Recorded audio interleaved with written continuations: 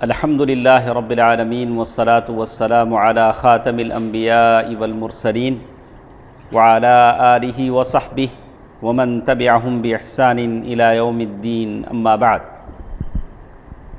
کل کے درس میں ہم لوگوں نے سنا کہ عمر فاروق رضی اللہ عنہ مسلمان ہو گئے، اور اسی طرح حضرت امیر حمزہ رضی اللہ تعالی عنہ یہ بھی مسلمان ہوئے۔ تو اس کے بعد جو باتیں ہمارے ساتھ ہیں، لیکن ایک ڈر جو ابو طالب کو لگا تھا کہ مکے کے جو قریش ہیں، جو کافر ہیں، وہ کسی طرح اللہ کے نبی صلی اللہ علیہ وسلم کے جان سے مار دینے کی منصوبہ بندی کریں گے، قتل کرنے کی بات کریں گے۔ تو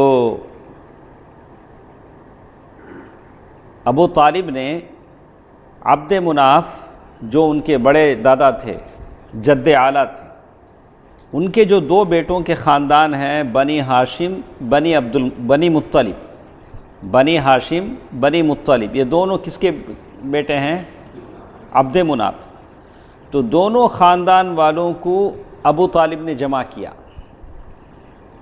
ابو طالب کی نیت یہ تھی کہ اب تک میں اکیلا سپورٹ کر رہا تھا، اب تم دونوں مل کر اللہ کے نبی صلی اللہ علیہ وسلم کا سپورٹ کریں۔ اس لیے کہ ایک طرح سے ابو طالب کو ڈر بھی تھا کہ مختلف باتیں ہو چکی تھیں۔ عقبہ بن ابی معیط نے گلے میں کپڑا ڈال کر بہت تکلیف دیا تھا، اور کبھی ابو جہل نے پتھر مارے تھے اللہ کے نبی صلی اللہ علیہ وسلم کو، اور عمر فاروق رضی اللہ تعالی عنہ اسلام لانے سے پہلے ننگی تلوار لے کر نکل چکے تھے۔ یہ ساری باتیں ہو رہی تھیں۔ تو اس وجہ سے ابو طالب نے ایسا کیا کہ عبد مناف کے جو بھی خاندان ہیں، دونوں بنی ہاشم اور دوسرا جو خاندان ہے بنی مطلب، سارے لوگوں کو جمع کیا کہ ہم سب مل کر محمد صلی اللہ علیہ وسلم کی حفاظت کرتے ہیں۔ تو یہ ابو طالب کا یہ تھا، ایک ان کی نیت تھی۔ لیکن سارے خاندان والوں نے، جس میں کافر بھی تھے مسلمان بھی تھے، یعنی خاندان کی بنیاد پر سپورٹ کا، مدد کا اعلان ہوا، سوائے ابو لہب کے۔ ابو لہب کیا ہو گیا؟ خاندان کی حمیت بھی اس کے اندر نہیں آئی، وہ پیچھے ہٹ گیا۔ تو اللہ کے نبی صلی اللہ علیہ وسلم کی مدد پر سارا کنبہ قبیلہ جمع ہو گیا۔ کل تک کیا تھا؟ اللہ کے نبی صلی اللہ علیہ وسلم کے ساتھ ابو طالب اکیلے تھے، اب بنی ہاشم بھی آ گئے اور بنی مطلب بھی آ گئے، سارا خاندان، اس میں کافر بھی تھے مسلمان بھی تھے، سارے لوگ مسلمان ہو کر آ گئے۔ تو اس سلسلے میں کہتے ہیں اب کافروں کے پاس کوئی اور چارہ نہیں تھا، تو مکے کے جو مشرکین تھے انہوں نے بائیکاٹ کا اعلان کیا، یعنی ایک طرح سے سارے خاندان والوں کو کیا کر دیا جائے؟ تڑی پار کر دیا جائے۔ تو اس کا مطلب یہ ہوتا ہے، اس لیے کہ صرف 4 ہفتوں کے اندر within 4 weeks مشرکین کو بڑے بڑے دھچکے لگے۔ کیا دھچکے لگے؟ عمر رضی اللہ تعالیٰ عنہ مسلمان ہو گئے، حمزہ رضی اللہ تعالیٰ عنہ مسلمان ہو گئے، اور پھر محمد صلی اللہ علیہ وسلم کو سودے بازی کی گئی کہ آپ بادشاہ بننا چاہتے ہیں، سلطنت چاہتے ہیں۔ اللہ کے نبی نے ساری سودے بازی مسترد کر دی، بولا کہ نہیں، مجھے کچھ نہیں چاہیے۔ اور پھر بنی ہاشم اور بنی مطلب، یہ سب کے سب اللہ کے نبی صلی اللہ علیہ وسلم کے سپورٹ پر جمع ہو گئے۔ تو مکے کے جو قریش تھے ان کا چکرانا، ان کا پریشان ہونا یقینی تھا۔ اتنی ساری کامیابی اللہ کے نبی صلی اللہ علیہ وسلم کو حاصل ہوئی، تو ان سے یہ نہیں ہو سکتا تھا کہ اللہ کے نبی صلی اللہ علیہ وسلم کو قتل کر دیں۔ اگر قتل کرتے ہیں تو سارے لوگ کیا ہو جائیں گے؟ اللہ کے نبی صلی اللہ علیہ وسلم کا بدلہ لینے کے لیے تیار ہو جائیں گے، اور مکہ سارا خون سے لالازار ہو جائے گا۔ اللہ کے نبی صلی اللہ علیہ وسلم کو جان سے مارنے کی منصوبہ بندی تو وہ لوگ نہیں کر سکے۔ البتہ اتنا کیا کہ چلو اللہ کے نبی صلی اللہ علیہ وسلم اور آپ پر ایمان لانے والے آپ کے کنبہ قبیلے سارے لوگوں کو ہم کیا کرتے ہیں؟ بیکاٹ کر دیتے ہیں۔ تو یہ ظلم و ستم کی جب کارروائی شروع ہوئی تو انہوں نے جو آپس میں سمجھوتا کیا، بنی ہاشم بنی مطلب جتنے بھی تھے سب کے خلاف یہ تجویز پاس کی کہ ہم ان سے شادی بیاہ نہیں کریں گے۔ کوئی بھی مکے کا جو کافر ہے قریش کا، وہ بنی ہاشم بنی مطلب سے کیا نہیں کریں گے؟ صرف ایک آدمی کے لیے، کون وہ؟ اللہ کے نبی صلی اللہ علیہ وسلم۔ دیکھیے اس خاندان میں ہم شادی بیاہ نہیں کریں گے، نہ خرید و فروخت کریں گے، یہ بڑا مسئلہ ہے، نہ کوئی چیز ان کو بیچیں گے، نہ کوئی چیز ان سے خریدیں گے۔ آج ہم لوگ دو چار مصیبتوں پر رو رو کے قمیص بھگا لیتے ہیں، یہ مصیبتوں کو دیکھیں کیسی کیسی مصیبتیں ہیں۔ دیکھیے شادی بیاہ پر امتناع ہے، پابندیاں ہیں، خرید و فروخت پر پابندیاں ہیں، نہ ان کے ساتھ اٹھیں گے بیٹھیں گے، یہ بھی نہیں ہوگا کہ بنو ہاشم اور بنو مطلب کے ساتھ ہم بیٹھیں گے اٹھیں گے، نہیں، ایسا بھی نہیں ہوگا، اور نہ ان سے میل جول رکھیں گے، کوئی فرینڈشپ بھی نہیں، نہ ان کے گھروں میں جائیں گے، نہ ان سے بات چیت کریں گے۔ کب تک؟ جب تک کہ محمد صلی اللہ علیہ وسلم کو وہ خود ہمارے حوالے نہ کر دیں کہ ہم ان کو قتل کر دیں، تب تک ہم ان سے کوئی بات چیت نہیں ہوگی، کوئی میل ملاپ نہیں ہوگا، گھروں میں آنا جانا نہیں ہوگا، شادی بیاہ نہیں ہوگی، خرید و فروخت نہیں ہوگی۔ سبحان اللہ، کیسا مشکل ترین زمانہ تھا۔ اور اس کی میعاد کیسے؟ 1 سال 2 سال 3 مہینے 4 مہینے، ایسے نہیں، جب تک کہ اللہ کے نبی صلی اللہ علیہ وسلم کو ہمارے حوالے نہ کر دیں کہ ہم اللہ کے نبی صلی اللہ علیہ وسلم کو قتل کر دیں، اور کوئی مزاحمت کوئی دباؤ ہم پر نہ ہو، ان کے اپنے ہاتھوں سے اللہ کے نبی صلی اللہ علیہ وسلم کو ہمارے حوالے کر دیں۔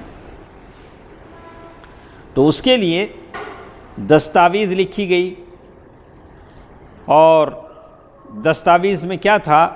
یہ صحیفہ کس نے لکھا؟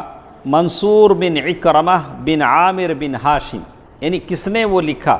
جو یہ ساری تجویز جو آتی تھی، چمڑے پر لکھا جاتا تھا، کسی چیز پر لکھا جاتا تھا، کس پر لکھا؟ تو کسی نے کہا کہ نہیں، نضر ابن حارث نے لکھا۔ 2 باتیں ہوئیں، ایک نے کہا کہ منصور بن عکرمہ، اور ایک بعض روایتوں میں آتا ہے کہ نضر ابن حارث اس نے لکھا۔ لیکن صحیح بات یہ ہے کہ لکھنے والا بغیض بن عامر تھا، بغیض بن عامر بن ہشام، بغیض بن عامر بن ہاشم۔ اصل کس نے لکھا ہے؟ اچھا، لکھنے والے کا نام ہم کیوں بولتے ہیں؟ کیا ہوا اس کے ساتھ؟ اللہ کے نبی صلی اللہ علیہ وسلم نے اس کے خلاف بد دعا کیا تو اس کا ہاتھ شل ہو گیا۔ کیا ہو گیا؟ شل ہونا مطلب کام نہیں کیا، ہاتھ کیا ہو گیا؟ بیکار ہو گیا۔ اور اس نے وہ لکھا تھا اگریمنٹ کا پیپر، اللہ کے نبی صلی اللہ علیہ وسلم کے جو خاندان ہیں ان کے ساتھ یہ کام نہ کیے جائیں۔ تو بہرکیف یہ اگریمنٹ لکھا گیا، یہ تجویز لکھی گئی، کعبۃ اللہ خانہ کعبہ کے اندر لٹکا دیا گیا۔ کہاں؟ خانہ کعبہ کے اندر۔ تو اس کے نتیجے میں کیا ہوا؟ ابو لہب کے سوا، حالانکہ ابو لہب بھی اسی خاندان کا تھا، ابو لہب کے سوا بنی ہاشم بنی مطلب سارے کے سارے مسلمان ہوں یا کافر ہوں، سارے کے سارے سمٹ کر شعب ابی طالب میں قید ہو گئے۔ شعب ابی طالب ایک گھاٹی تھی، وہاں قید ہو گئے۔ اللہ کے نبی صلی اللہ علیہ وسلم کو نبی بنائے گئے 7 سال گزر چکے تھے، اور یہ 7ویں سال محرم کے مہینے کا یہ واقعہ ہے۔ تو اللہ کے نبی صلی اللہ علیہ وسلم کے ساتھ دینے میں نہ کافر پیچھے رہے نہ مسلمان پیچھے رہے، یعنی خاندان کے کافر بھی ساتھ دینے میں پیچھے نہیں رہے۔ تو نتیجہ یہ ہوا کہ شعب ابی طالب میں ان کو بھی جانا پڑا، کافروں کو بھی ساتھ جانا پڑا۔ شعب ابی طالب یہ جو گھاٹی تھی جس میں مطلب مکہ چھوڑ دیے، اس لیے کہ مکے میں ان سے میل ملاپ کچھ نہیں ہے، ایک مخصوص جگہ میں لوگ قید ہو گئے 3 سال۔ اللہ اکبر، کتنے سال؟ 3 سال۔ ابھی لاک ڈاؤن پڑتا ہے 10 دن 15 دن میں ہماری حالت کیا ہوتی ہے؟ خراب ہو جاتی ہے۔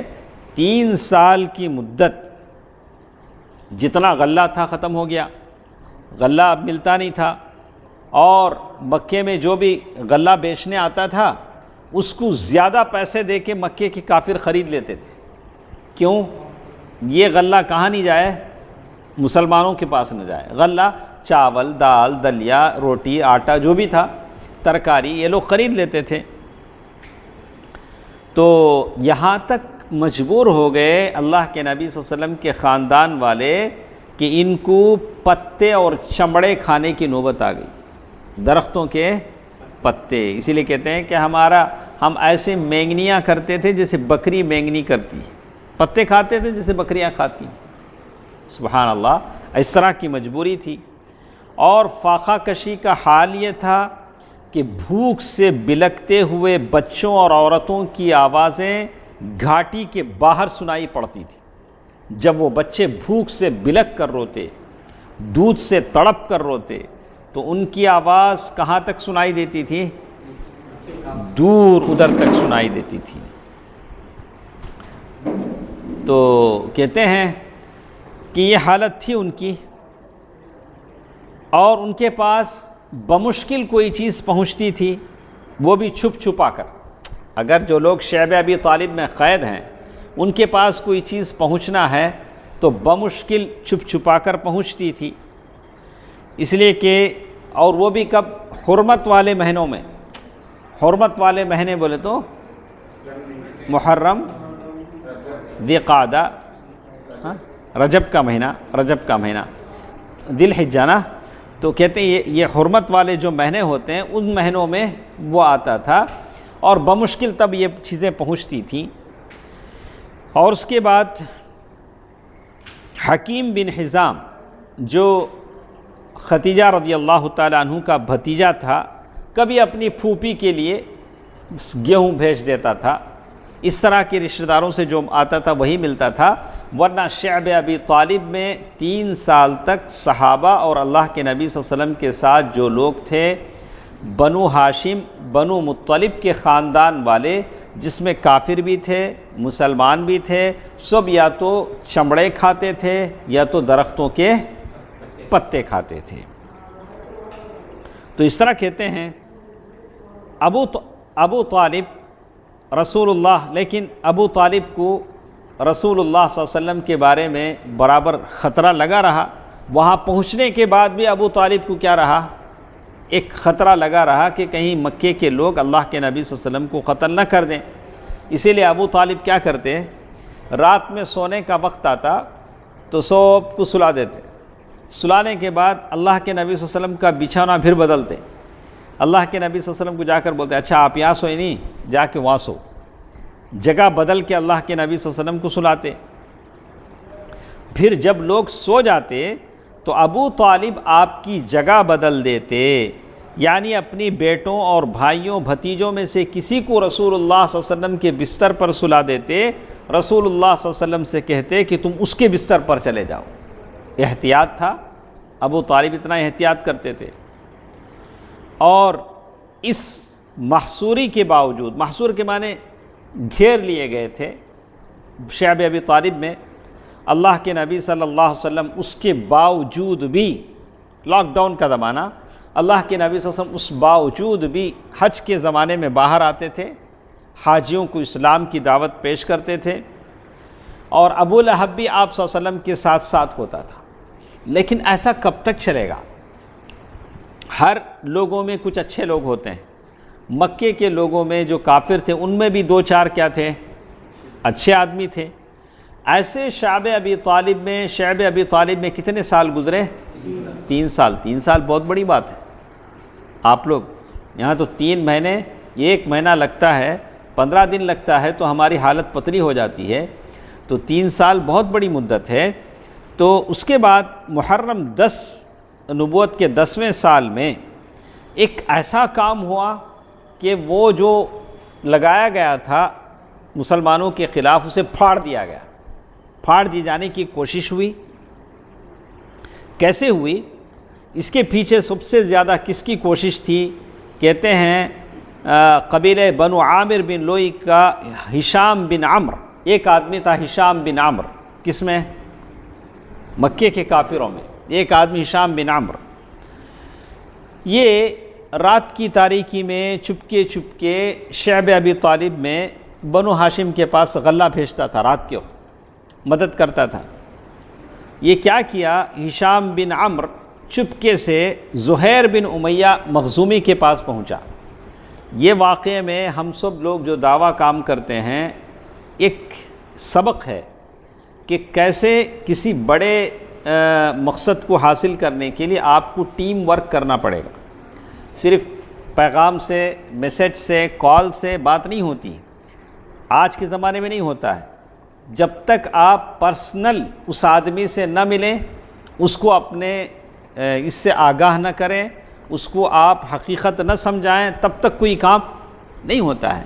آپ کو جانا پڑے گا، ڈور ٹو ڈور وزٹ کرنا پڑے گا، اس سامنے والے کے ساتھ بیٹھنا پڑے گا، اپنا ویژن اسے سمجھانا پڑے گا، آپ کے دل میں جو تڑپ ہے، جو آپ کے دل میں جو جذبات ہیں، آپ جو سوچتے ہیں، سامنے والے کی دل و دماغ میں کیا کرنا پڑے گا، بٹھانا پڑے گا۔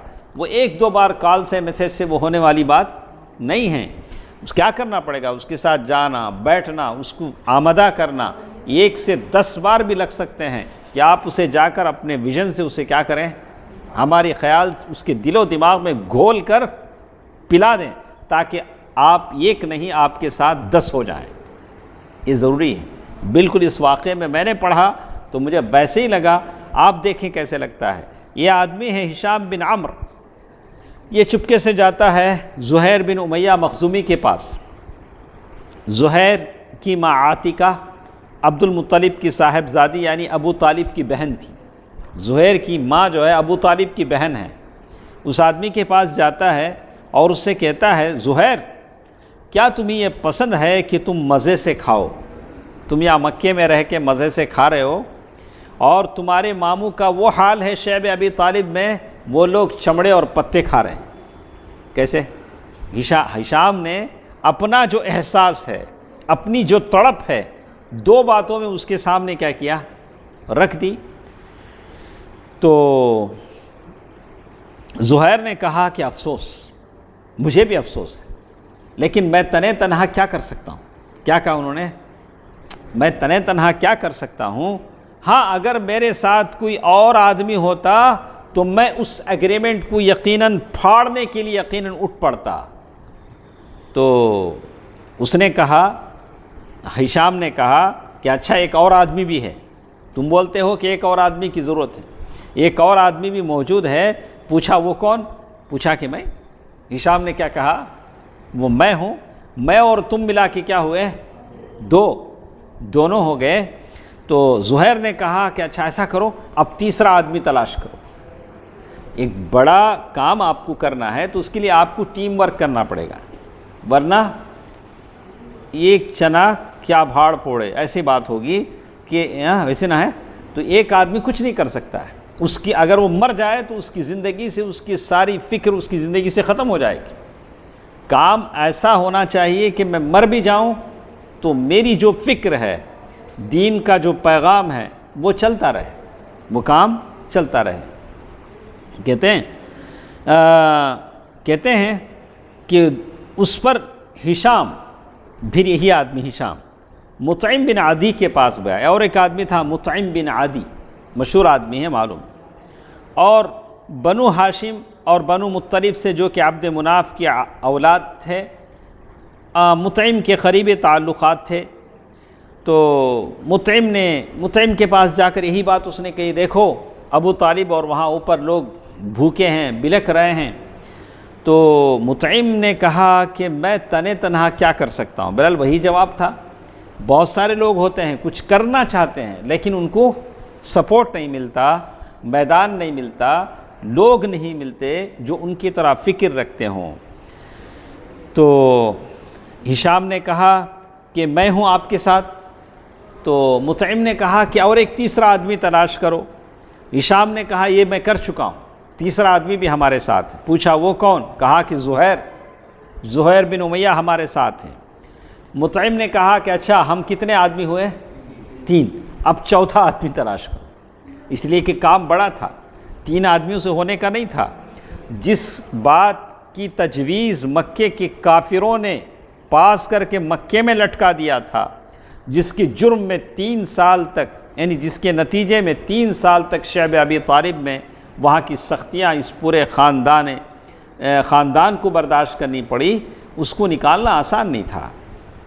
کہا کہ چوتھے آدمی تلاش کرو، تو اس پر ہشام بن عمرو ابو البختری بن ہشام کے پاس گیا۔ ابو البختری مشہور آدمی ہیں، ان کے پاس گیا، اس سے بھی اس طرح کی گفتگو ہوئی۔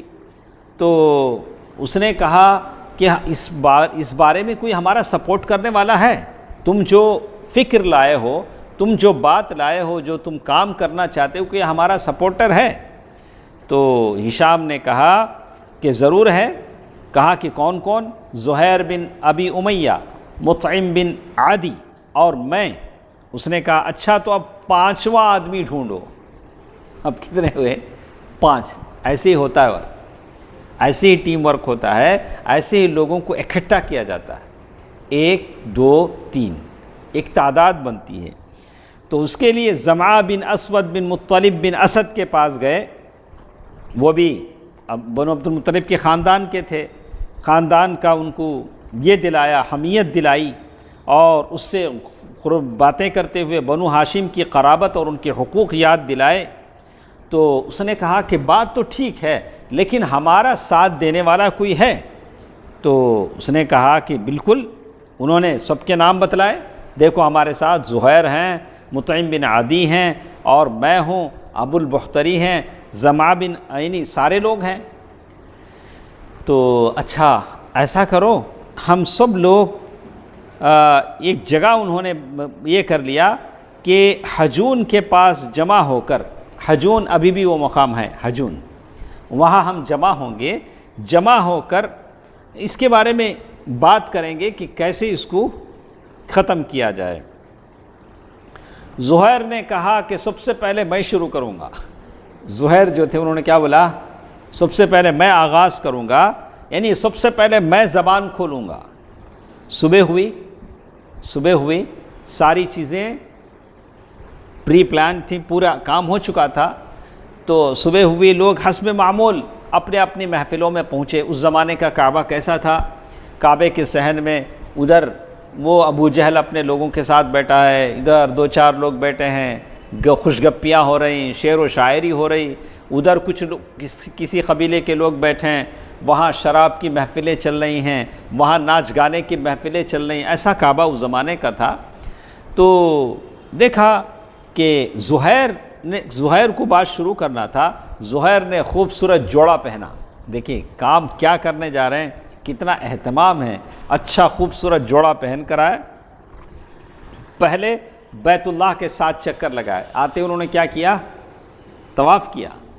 زہیر نے پہلے طواف کیا، پھر لوگوں سے مخاطب ہو کر بولنے لگے، مکے والو کیا ہم کھانا کھائیں، کپڑے پہنیں اور بنو ہاشم تباہ و برباد ہوں؟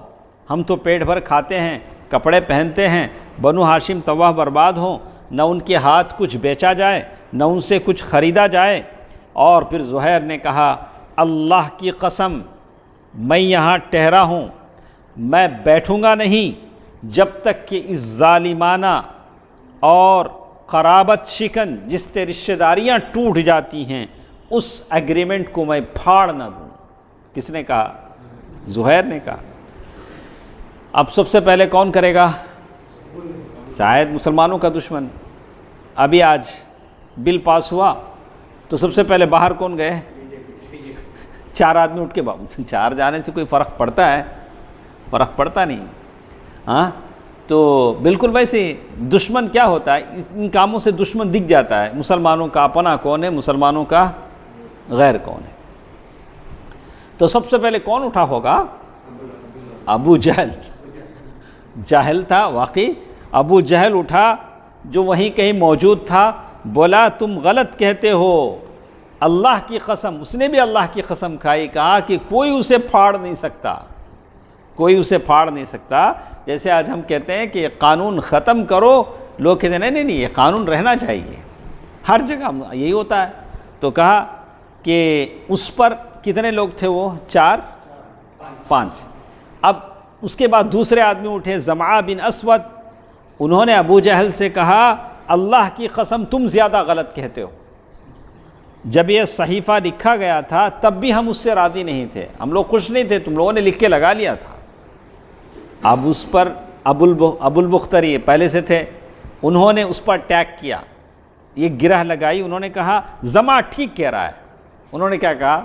انہوں بولتے سو کریکٹ، اس پر جو کچھ لکھا گیا ہے اس سے نہ ہم راضی تھے نہ اسے ماننے کو تیار ہیں۔ اب اس کے بعد کون بچے؟ مطعم بن عدی، وہ کیا بولے؟ یہ دونوں ٹھیک کہتے ہیں۔ انہوں نے کہا کہ یہ دونوں ٹھیک کہتے ہیں اور جو اس کے خلاف کہتا ہے وہ غلط کہتا ہے، اور ہم اس صحیفے سے اور اس میں جو کچھ لکھا ہوا ہے اس سے اللہ کے حضور ہم برات کا اظہار کرتے ہیں، ہم اس پر خوش نہیں۔ اب پھر ہشام بن عمرو نے بھی، انہوں نے بھی یہی کہا، وہی تو لے کے چلے تھے، سارا یہ انہی کا تھا۔ یہ ماجرا دیکھا ابو جہل نے، ہاں ہوں بولتے نہیں، کیا بولا معلوم؟ یہ بات رات میں طے کی گئی ہے، معلوم ہوتا ہے یہ بات رات میں طے کی گئی ہے، اور اس کا مشورہ یہاں کے بجائے کہیں اور ہوا ہے۔ کہاں ہوا تھا مشورہ؟ حجون میں، کعبۃ اللہ میں نہیں ہوا تھا۔ وہ زمانے کے بڑے بڑے فیصلے کہاں ہوتے تھے؟ کعبۃ اللہ میں ہوتے تھے۔ تو اس نے کہا کہ یہ اس کا مشورہ یہاں کے بجائے کہیں اور طے کیا گیا ہے۔ اب یہ بات ہو ہی رہی تھی کہ ابو طالب وہیں کہیں تھے، ابو طالب وہیں کسی گوشے میں تھے حرم کے اسے، تو وہ آ گئے۔ ابو طالب کے آنے کی وجہ یہ تھی کہ اللہ کے نبی صلی اللہ علیہ وسلم نے ابو طالب کو بتایا تھا کہ وہ جو اگریمنٹ، یعنی وہ جو اگریمنٹ ہے نا، وہ تجویز ریزولوشن جو یہ کیا تھا انہوں نے، ظلم کی داستان جو لکھی تھی، ابو طالب کو اللہ کے نبی صلی اللہ علیہ وسلم نے بتایا تھا کہ دیمک نے ساری چیز کھا لی ہے سوائے اللہ کے نام کے۔ کس نے کس کو بتایا تھا؟ اللہ کے نبی نے بتایا تھا، اللہ کے حکم سے اللہ تعالیٰ نے ان کو بتایا تھا۔ تو ابو طالب وہ بولنے کے لیے آئے، اگر یہ بات سچ ہے کہ میرے بھتیجے نے جو بات بتائی ہے کہ دیمک نے کھا کر اسے ختم کر دیا ہے اس ظلم کی دستاویز کو، تو تمہیں مان لینا چاہیے اور یہ بات ختم کر دینی چاہیے۔ یہ جو انحصار ہے، یہ جو قید و بند کی جو اس کو ختم، اگر بھتیجے کی بات غلط ہے تو میں بھتیجے کو تمہارے حوالے کر دیتا ہوں۔ کتنا یقین تھا، ہاں؟ تو کہتے ہیں کہ ابو طالب حرم کے ایک گوشے میں موجود تھے، ایک کنارے موجود تھے۔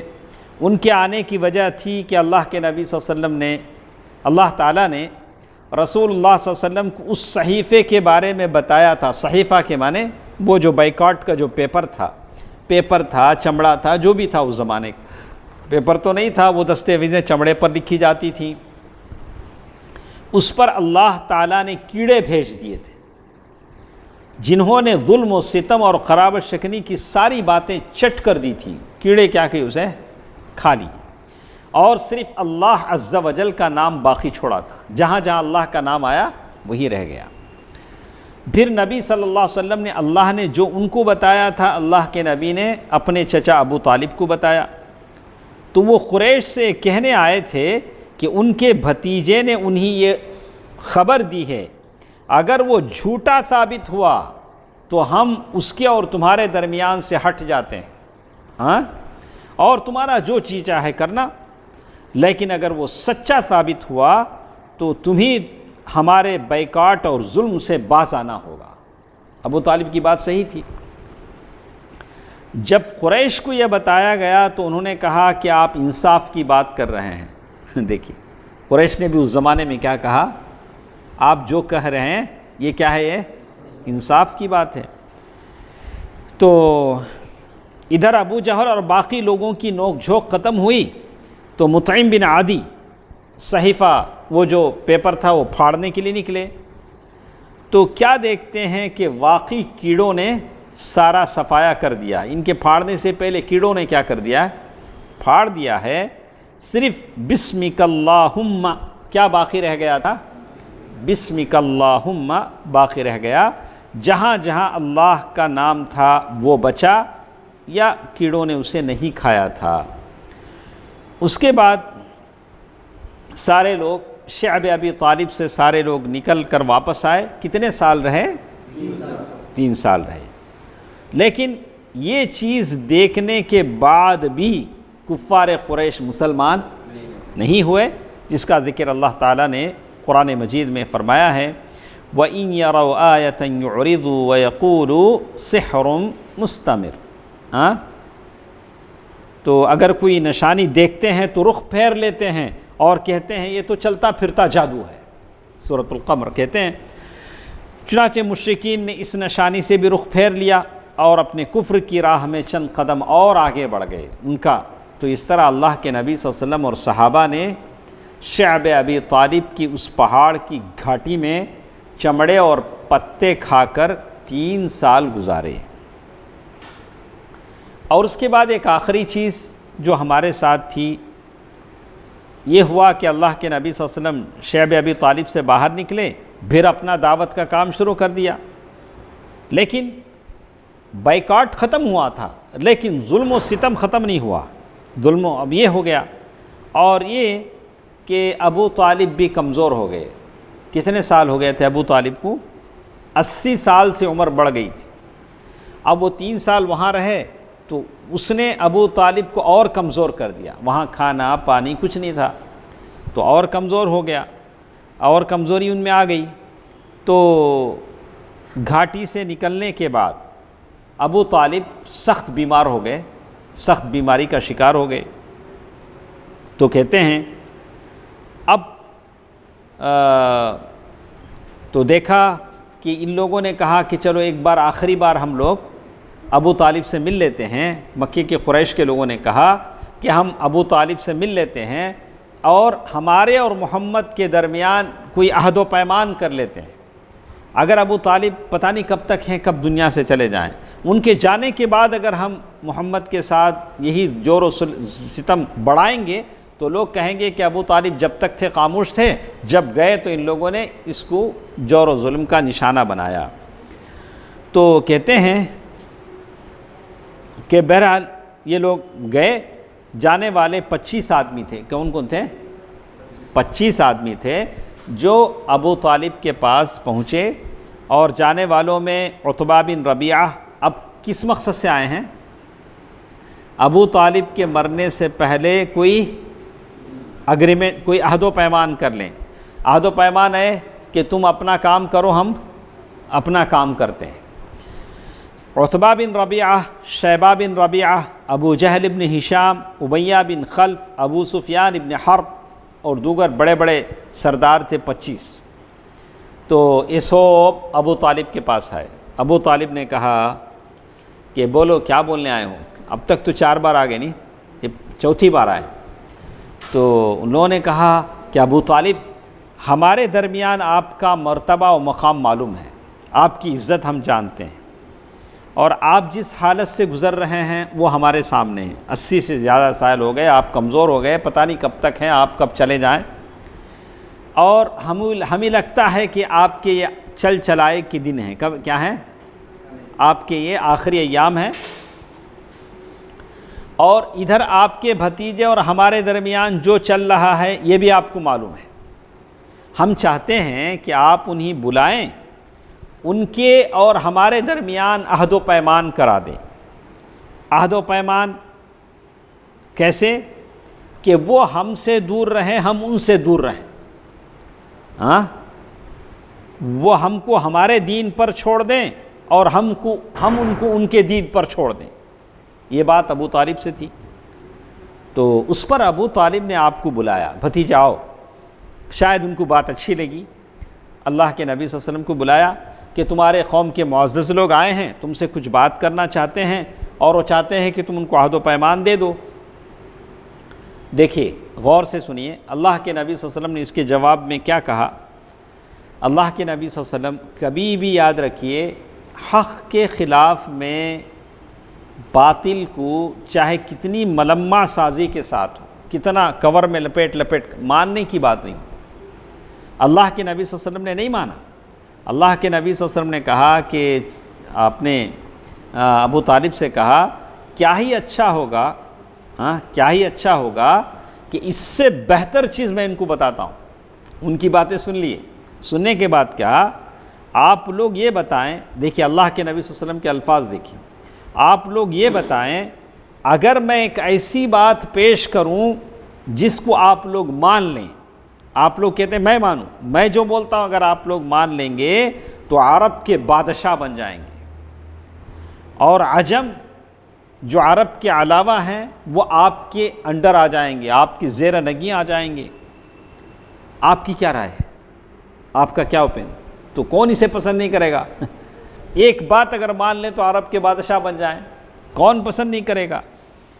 تو یہ بات جب اللہ کے نبی صلی اللہ علیہ وسلم نے کہی تو مکے کے لوگوں نے کہا کہ دیکھیے ایک بات نہیں، اگر تم 10 باتیں بھی اگر بولو گے تو ہم ماننے کو تیار ہیں، ایسی بات جس سے ہم عرب کے بادشاہ بن جائیں، عجم ہمارے زیر نگی ہو جائیں۔ لیکن سوچنے لگے وہ کون سی بات یہ بولنے جا رہے ہیں، تو مسترد نہیں کر سکتے تھے، انکار نہیں کر سکتے تھے۔ تو ابو جہل نے کہا اچھا بتاؤ وہ کیا بات ہے، وہ کیا بات ہے تو جو اس قدر مفید ہے، اتنے فائدے والی ہے؟ تو انہوں نے کہا لا الہ الا اللہ، سبحان اللہ۔ شاید اس کلمے کو وہ لوگ اچھا سمجھتے تھے جو آج کے بعض مشرک لوگ سمجھتے نہیں۔ مشرک مسلمان نہیں کہیں گے، نام مسلمان کہتے ہیں لیکن حقیقت میں مشرک، کلمہ گو مشرک، کلمہ پڑھنے والے مشرک۔ شاید اس کلمے کو جیسے اللہ کے نبی صلی اللہ علیہ وسلم نے کہا لا الہ الا اللہ، تم لوگ اللہ کے سوا کسی کو پوجنا چھوڑ دو کسی اور کو، تو یہ جیسے ان لوگوں نے سنا ہتھیلیاں پیٹ کے ناچنے لگے، واہ واہ واہ کیا بولے آپ، کیا بولنے لگے آپ؟ اس پر انہوں نے ہاتھ پیٹ پیٹ کر تالیاں بجا بجا کر کہا محمد تم یہ چاہتے ہو کہ سارے خداؤں کی جگہ بس ایک ہی خدا بنا ڈالو، اجعل الآلہۃ الہا واحدا ان ھذا لشیء عجاب، ارے بڑے تعجب کی بات بول رہے ہو، سارے خداؤں کو ہم چھوڑ دیں، ہم لات منات عزا نائلہ اسعاف حبل یہ ساروں کو چھوڑ دیں، ایک خدا کو مان لیں، اجعل، سارے ہتھیلی بجا بجا کے ناچنے لگے۔ انہوں نے بولا تھا کہ بولو تو اللہ کے نبی نے بولا، اور واقعی تمہارا معاملہ بڑا عجیب ہے، ان ھذا لشیء عجاب، آپس میں ایک دوسرے سے اب ان کو معلوم ہو گیا، اب اس کے بعد کیا ہو گئی، بات فائنل ہو گئی، وہ لوگ سمجھ گئے اور آپس میں بولنے لگے اللہ کی قسم یہ شخص تمہاری کوئی بات ماننے کو تیار نہیں، اب کیا کرو، چلو اپنے باپ دادا کی دین پر ڈٹے رہو، کیا کرو، جمے رہو یہاں تک کہ اللہ تعالی ہمارے اور اس کے درمیان میں کیا کرے، فیصلہ کر دے۔ اور یہ نقطہ آغاز تھا جنگ بدر کا، جنگ احد کا، مختلف غزوات کا، سریات کا، یہاں سے نقطہ آغاز ٹرننگ پوائنٹ تھا۔ کفار قریش کو پوری بات کیا ہو گئی، سمجھ میں آ گئی، یہ حق ہے جو باطل کے سامنے سرنگو ہونے والا، جھکنے والا نہیں، حق ایسے ہی ہوتا ہے۔ وَزَهَقَ الْبَاطِلُ إِنَّ الْبَاطِلَ كَانَ زَهُوقًا۔ تو کہتے ہیں اسی لیے قرآن مجید کی آیتیں نازل ہوئیں اور یہاں سے بات ہو گئی تھی، وَأَجْعَلَ الْآلِهَةَ إِلَٰهًا وَاحِدًا إِنَّ هَٰذَا لَشَيْءٌ عُجَابٌ وَانطَلَقَ الْمَلَأُ مِنْهُمْ، ان میں سے ایک جماعت چلنے لگی اور کہنے لگی أَنِ امْشُوا وَاصْبِرُوا عَلَىٰ آلِهَتِكُمْ، چلو اپنے معبودوں کو چمٹ لو، اپنے معبودوں سے لگ جاؤ، جھوٹے معبودوں سے۔ إِنَّ هَٰذَا لَشَيْءٌ يُرَادُ مَا سَمِعْنَا بِهَٰذَا فِي الْمِلَّةِ الْآخِرَةِ إِنْ هَٰذَا إِلَّا اخْتِلَاقٌ۔ پہلے لوگوں میں ہم نے یہ باتیں نہیں سنی، یہ تو بناوٹی چیز ہے۔ جیسے انہوں نے کہا کہ یہ محض گھڑی ہوئی چیز ہے، یہ بات کافروں نے کہی۔ لیکن اسی کے ساتھ ساتھ جیسے ہم نے کہا کہ ابو طالب کتنی عمر تھی؟ 80 پر 3 سال سے، کتنا اور بس کتنا ٹائم ہے؟ 5 منٹ۔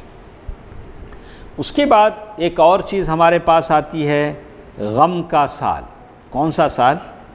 غم کا سال۔ یہ سال ایسا ہے کہ ابو طالب جب گھاٹی سے، اس قید و بند سے، صعوبتوں سے واپس آئے تو آپ کو بیماری نے آ لیا، بیماری بڑھتی گئی۔ جب نبوت کا 10واں سال ہوا تو ایک قول کے مطابق ام المؤمنین خدیجہ رضی اللہ تعالی عنہا کی وفات سے 3 دن پہلے، آپ تصور کر سکتے ہیں کہ 3 دن، یعنی اب زوجہ محترمہ کے انتقال سے 3 دن پہلے کس کا انتقال ہوتا ہے؟ ابو طالب کا۔ صحیح بخاری میں اس بات کو بھی آپ سنیں، اس لیے کہ میں اچھی طرح بتاتا ہوں، آدمی کی موت کا وقت بہت اہم ہوتا ہے، اسی لیے اللہ کے نبی صلی اللہ علیہ وسلم دعا کرتے تھے، اور یوسف علیہ السلام نے دعا کی، وَتَوَفَّنِي مُسْلِمًا وَأَلْحِقْنِي بِالصَّالِحِينَ، یعنی مرتے وقت ہمارے زبان پر کیا ہو؟ کلمہ ہو۔ شیطان کے بارے میں آتا ہے، ابلیس وہ اپنے کارندوں کو اگر کوئی مومن مر رہا ہوتا ہے تو وہ بھیجتا ہے، جاؤ جاؤ کلمے پہ نہیں مرنا انہیں، کیا تو بھی کرو، کیا کرو، کلمے پہ مرنے نہیں دو۔ اب اگر مر گیا تو نہیں ملے گا ہم۔ شیطان بھی کب تک بہکاتا؟ جسم میں جان رہتے، یہ دنیا کی تکلیفیں، صعوبتیں، الزامات سب کب تک؟ مرے بعد ہمیں کیا، تو جنازے کو تو تانا دیں گا ہم نا، نہیں، وہاں تو کوئی نہیں کر سکتا جب تک یہ بہت شور سنتے تھے پہلو میں دل کا، جو چیرا تو خطرے خون نہ نکلا، یہ تو اتنا یہاں تک کہ جب تک جسم میں جان ہے لوگ ہم کو شیطان ہی کہے گا۔ صحیح بخاری میں مسیب رضی اللہ تعالیٰ عنہ سے مروی ہے کہ جب ابو طالب کی وفات کا وقت آیا تو اللہ کے نبی صلی اللہ علیہ وسلم بھی وہاں آئے۔ اللہ کے نبی صلی اللہ علیہ وسلم جب وہاں گئے تو ابو جہل پہلے سے وہاں بیٹھا تھا، دیکھیے وہاں ذرا جگہ تھی، اب اسے معلوم تھا کہ اللہ کے نبی صلی اللہ علیہ وسلم وہاں بیٹھیں گے آگے، پہلے وہ جگہ فلپ کر دیا انہوں نے، پہلے وہ جگہ کیا کیا، اللہ کے نبی صلی اللہ علیہ وسلم یہاں نہ بیٹھ پائیں، اور اللہ کے نبی صلی اللہ علیہ وسلم آئے، آ کر کہا چچا جان لا الہ الا اللہ پڑھ لیجئے، کلمۃ، ایک کلمہ پڑھ لیجئے، اللہ کے پاس میں کہہ لوں گا، اللہ سے گزارش کر لوں گا، تو جس کے ذریعے سے میں اللہ کے پاس آپ کے لیے حجت پیش کر سکوں گا۔ تو وہاں ابو جہل بھی بیٹھا تھا، عبداللہ بن امیہ بھی بیٹھا تھا، اسی لیے کہتے ہیں جب تک جیو اچھے فرینڈز کے ساتھ جیو۔ اب یہ دوست احباب ایسے تھے جو مرتے وقت آ کے گمراہ کر دیے تھے۔ تو ابو طالب کیا عبد المطلب کی، اب یہ دونوں کیا بول رہے ہیں؟ اللہ کے نبی صلی اللہ علیہ وسلم کہہ رہے ہیں کہ لا الہ الا اللہ پڑھ لیجئے، یہ دونوں ابو جہل اور عبداللہ بن امیہ کہہ رہے ہیں کیا عبد المطلب کے دین سے پھر جاؤ گے؟ ابو طالب سے کہہ رہے ہیں کہ عبد المطلب کا دین چھوڑ دو گے؟ پھر دونوں برابر بولتے رہے یہاں تک کہ آخری بات جو ابو طالب نے لوگوں سے کہی، میں عبد المطلب کے دین پر مرتا ہوں، علی ملتی عبد المطلب کے دین پر مرتا ہوں۔ تو گرچہ کہ رافضہ شیعہ ابو طالب کو مسلمان مانتے ہیں، لیکن صحیح بات ہے کہ نہیں۔ تو نبی صلی اللہ علیہ وسلم نے فرمایا میں جب تک، اب اللہ کے نبی صلی اللہ علیہ وسلم نے کیا کہا، میں جب تک آپ سے روک نہ دیا جاؤں آپ کے لیے دعائے مغفرت کرتا رہوں گا۔ کیا کرتا رہوں گا؟ دعائے مغفرت کرتا رہوں گا، یہاں تک کہ قرآن مجید کی آیتیں نازل ہوئیں، ما كان للنبي والذين آمنوا ان يستغفروا للمشركين ولو كانوا اولي قربى من بعد ما تبين لهم، سورۃ التوبہ کی آیت ہے، یہ آیت نازل ہوئی، وَلَوْ كَانُوا أُولِي قُرْبَى مِن بَعْدِ مَا تَبَيَّنَ لَهُمْ أَنَّهُمْ أَصْحَابُ الْجَحِيمِ۔ نبی صلی اللہ علیہ وسلم اور ایمان والوں کے لیے درست نہیں ہیں کہ مشرکین کے لیے دعائے مغفرت کریں۔ جو بھی مشرک ہیں ان کے لیے ہم دعائے مغفرت نہیں کر سکتے، گرچہ کہ وہ قرابت دار ہی کیوں نہ ہوں، ہمارے رشتہ دار ہیں لیکن مشرک ہیں، درگاہ پرست ہیں، قبر پرست ہیں، ان کی نہیں۔ اچھا، جبکہ ان پر واضح ہو چکا ہو کہ وہ لوگ جہنمی ہیں، لیکن واضح ہونا کہ وہ جہنمی، یعنی مطلب بغیر توبہ مر جائے، اگر کوئی مرنے سے پہلے بھی توبہ کرتا ہے تو ہو سکتا ہے اللہ تعالیٰ اسے معاف فرما دے۔ اسی لیے اللہ تعالیٰ نے یہ بھی کہا اِنَّكَ لَا تَهْدِي مَنْ أَحْبَبْتَ، اِنَّكَ لَا تَهْدِي مَنْ أَحْبَبْتَ 20/8، مطلب القصص، سورۃ القصص کی آیت ہے، اِنَّكَ لَا تَهْدِي مَنْ أَحْبَبْتَ وَلَكِنَّ اللَّهَ يَهْدِي مَن يَشَاءُ۔ آپ جسے چاہتے ہیں ہدایت نہیں دے سکتے ہیں، اللہ تعالیٰ ہے جو جسے چاہے ہدایت دیتا ہے۔ تو اسی لیے ابو سعید خدری رضی اللہ تعالیٰ عنہ کا بیان ہے کہ ایک بار نبی صلی اللہ علیہ وسلم کے پاس آپ کے چچا کا تذکرہ ہوا، پوچھا گیا کہ آپ کے چچا ابو طالب آپ کا بہت ساتھ دیتے تھے، تو آپ نے فرمایا ممکن ہے قیامت کے دن انہی میری شفاعت فائدہ پہنچا دے اور انہی جہنم کی ایک کم گہرائی والی جگہ میں رکھا جائے، آگ صرف ان کے دونوں ٹخنوں تک پہنچ سکے۔ جہنم کی آگ کہاں تک ان کو جلائے گی؟ دونوں ٹخنوں تک جلائے گی، جیسے حدیث میں۔ یہ تھی ابو طالب کی وفات کی بات۔ انشاءاللہ کل کے درس میں ہم سنیں گے، کل مطلب آنے والے پیر کے دن۔ اور میں سارے ساتھیوں سے کہتا ہوں کہ ہمارے پاس کل مسجد اخلاص میں تربیہ اور تزکیہ کا بھی پروگرام ہوتا ہے، وہاں بھی آپ ضرور شریک ہوں۔ تو اس میں ہماری تربیت ہوتی ہے اور نفس کی پاکیزگی ہوتی ہے، اس میں بھی ضرور شریک ہوں۔ اس درس ہی کی وجہ سے ہم نے ایک دن یہاں نہیں رکھا ہے، تو یہی ہمارا مقصد ہے۔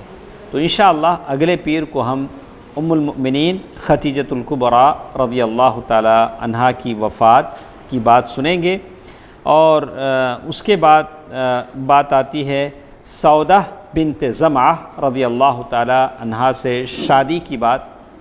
تو یہ ساری بات انشاءاللہ اگلے پیر کو ہمارے ساتھ ہوگی۔ اللہ تعالی بہتر بات سننے اور عمل کرنے کی توفیق دے، آمین۔ والسلام علیکم ورحمۃ اللہ وبرکاتہ۔